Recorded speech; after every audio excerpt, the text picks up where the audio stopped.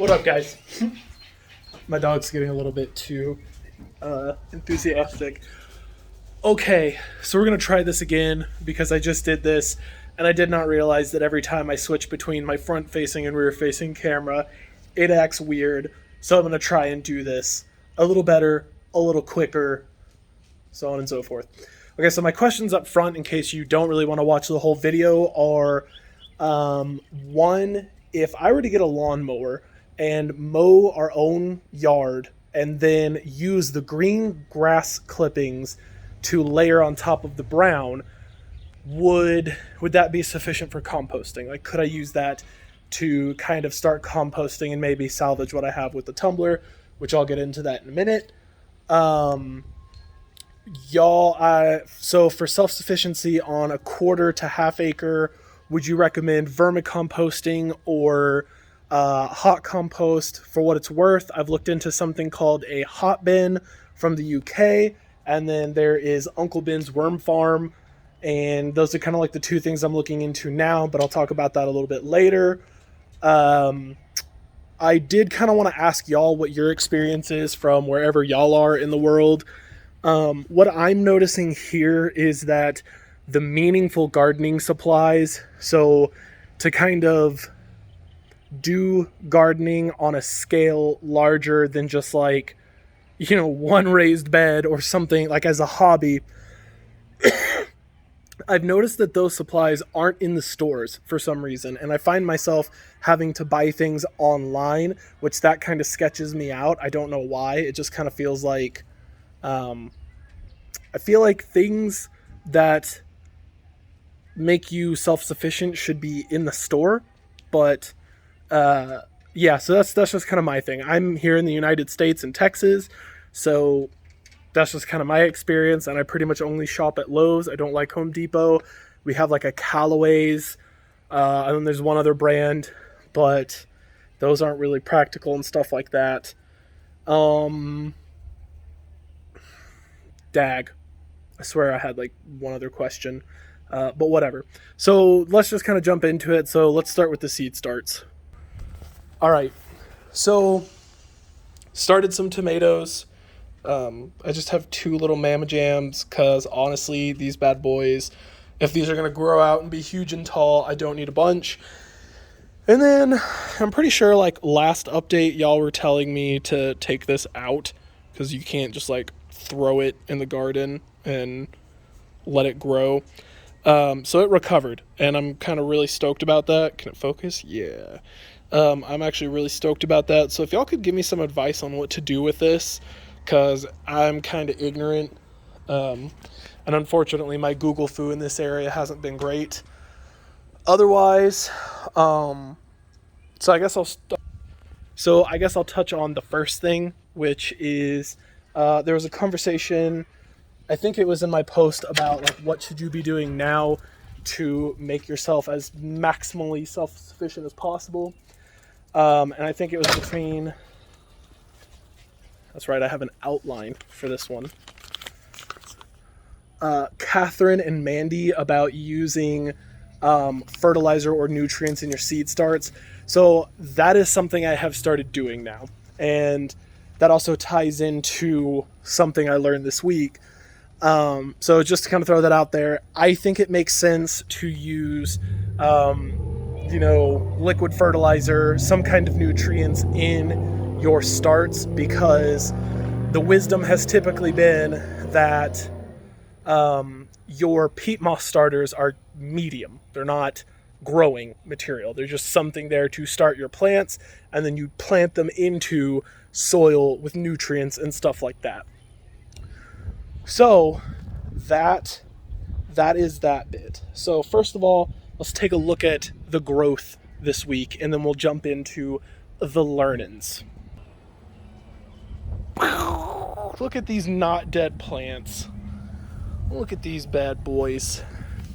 So one thing that's kind of cool that, I come out here and check these multiple times a day, and so just as like a new gardener and just kind of learning about plants and how they work, something that's kind of been blowing my mind is like, so if you were to be touching this plant with me right now, this plant is kind of pushing back. It wants its leaf, whatever, to be down, right? And one of the cool things that I've noticed is that the leaves actually, like, it's like they're breathing. They go up and down depending on like how much sun or if they're hot and stuff like that.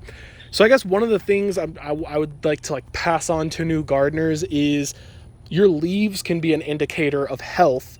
And so I guess that's actually, you know, now that we can kind of see, you know, the squash are doing good.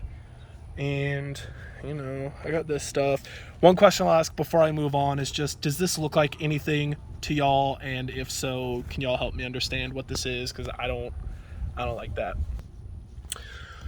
Okay, so moving on. So kind of like following up on what I was saying, leaves as an indicator and stuff like that. So I was coming out here and I was, you know, checking on the plants and stuff like that. And I noticed that my plant leaves were kind of wilting. And so that got me to start doing some research. I was kind of like, okay, what does that mean? What should I do? So on and so forth. And the high level of that is a lot of the videos that I saw recommended troubleshooting your soil. So aeration, nutrients, compacting, root rot, stuff like that. But then also looking at the other things like fertilizer and stuff like that. So that got me to thinking, okay, well, my bed is a majority peat moss and a little bit of compost. So obviously it's not the most nutrient dense. What do? So what I decided to do is I went and I got some fish fertilizer. I think they also call this fish emulsion. And what I do is I take about 2 tablespoons of this, put it in this 1 gallon container. So I'll like pre-mix it.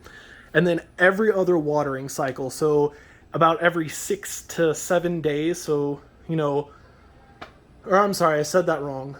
Every other watering cycle. So yes, once every 6 days, I did say that right. I will go ahead and put about a gallon's worth of this through my little mini watering thing right here. And I will water the base of the plants with it. And what I also do, so I guess I should say this before I move away. So for my peat moss starters, what I've actually started doing, and this was a conversation between Mandy and Catherine, is I'll just fill this up with like all the way with like this Mama Jam right here, and then I just put the peat moss starters in here and just kind of like put my fingers on top of them so they absorb it. And then once they're moist again, put them back in the tray, put the leftover fish emulsion back in the jug, call it a day. Otherwise, as far as like technique or whatever, I would like to say that Mark's advice, between him and Epic Gardening, one of the things they talk about as a common mistake is not mulching. And I'm starting to realize the value of that, because what I'm noticing by just kind of like, you know, knuckle deep, sticking my finger in the soil and seeing how things are, now that I have this layer of dead grass clipping mulch, the soil seems cooler, it holds moisture longer.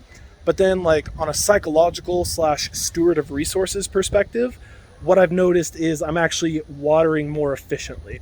I do want to move on to drip irrigation and stuff like that, and they have some kits at Lowe's for like $30. So I'm probably going to go pick up some of those. But what I'm doing, so just to kind of talk y'all through, let me swap over. So what I'm doing is I'm just coming over here, and I'll start by where like, here, let me see if I can, yeah. So I'll come over when I water, and I'll move all of the mulch away. Right, so now you can kind of see how there's like the actual soil and stuff visible. And I'll just try and water as close to the stem as possible. And I do that for both the actual water, but then also the fish compost, or the fish emulsion. And I mean, as you can see, it's having pretty decent results. There's a lot of new growth, but one of the things I'm concerned about is roots not coming in. just because like this one that I pulled up over here, the roots were not taking. It was alive, but it just wasn't doing anything. So that's why I'm trying to go 3 days or so between waterings, just hoping the roots will start branching out, looking for more moisture. But I mean, otherwise, it looks like there's a lot of, offshoots and good stuff going on. So that's kind of what I've learned as far as like my my watering technique and stuff like that. Oh, now the part that's okay. So just to make sure I said that out right. So yeah, I think it's a good idea that you start off with some kind of mulch or something, because it will help you be more strategic with your watering, but then also it will help you, it will help with your soil, I think, just kind of protect it. It's like sunscreen. Now, the part I'm not super stoked about saying, compost. So, whipping out the handy dandy guide. So Catherine and I think Mandy were on a thread about composting and just kind of like what I'm doing and stuff like that. And I think hot composting was something she mentioned, and then vermicomposting, so using worms, was another thing I was looking into. So I'm gonna admit something. I failed with this. Like this, I bought this, I leapt before I looked, and I didn't really understand what I was doing or what I needed. And as you can tell, this bin is just a mess. Everything is a clump, and those clumps are really just, I guess rotten food is the best way I can think to say it. It's not breaking down into dirt, and that makes sense because there's not really a balance of anything in here. It's just carbon and food. So that was really dumb. And so I'm throwing in, greens where I can and stuff like that. But I have essentially failed here, and I'm going to regroup and think about like what I need to do. But that was a fail. And honestly, if I think about it, compost tumbler versus like doing compost with a tumbler versus vermicomposting or hot compost, it seems like I can get more quality compost quicker doing either worm or hot composting. And of the two options, it seems like worm composting is cheaper, at least up front. So just to kind of like talk through what I've thought about. So I kind of hit the point that it seems like more expensive and stuff like that. I've already hit the nutrients and seeds. So what we do have are food scraps. The only thing, and I would like to try and do like pile. Okay, so let me just do this, right? So let's start here. Right now we have a lawn service that does our lawn, so we don't have scraps from the yard. But my question to y'all is, if I were to go out and grab a mower with a catch bag and then layer the dead grass with the green grass clippings, excuse me, would that be sufficient to start composting? My thinking is yes, it would be, because technically I have green grass nitrogen with brown dead grass carbon, and if I layer those two things and water them, theoretically that pile should heat up and break down and I should have some kind of soil. But you guys let me know what you think, because honestly, if that will work the way I think, and we can save some money not paying someone to come through and do our yard, I would definitely start trying to do that. Otherwise, so I have stopped to think about why that failed, and honestly, I didn't know what I was doing. Hopefully, I now understand a little better. Organic things, so dead grass, green grass, vegetable peels, rinds, veggies, whatever. Those are the kinds of things I need to be composting, not just food waste. Cool, it's gonna suck to clean that out, but whatever. So that kind of leads me to what do y'all recommend if I want to support a 1/4 to a 1/2 acre? Should I start with worms or hot composting? And then we already kind of discussed, for nutrients and starters, I'm kind of in Camp Catherine, and I'm going to be using nutrients in those. However, what I think makes sense in a non-farm setting, so Stony Ridge Farms is another channel I watch, and he recommends using starters, so that's kind of why I did that this time. But I think actually what I'm going to do is I'm just going to go out and get small trays, like trays to start. I see Mark doing this. I see Epic Gardening doing this. I feel like I've seen it around the forums, and then there are other homestead channels that I watch where that is their method for doing it as well. And that just kind of makes sense to me. There's no... I at first thought it would be helpful to have the peat moss bulbs, the little things that go in the ground, to help me understand like where to water and stuff like that. But then I just kind of realized I'm just trying to get it into the plant base, so I'm good. So that being said, kind of what I've learned is, at least for now, fish emulsion, liquid fish emulsion, fertilizer, whatever, for my fertilizer, because it's not really practical for me to tear up this bed to add, store-bought compost, manure, stuff like that. Changing how I'm going to do my starts. I'm going to do that with trays, like that you pour the soil over and then just take them out as you go.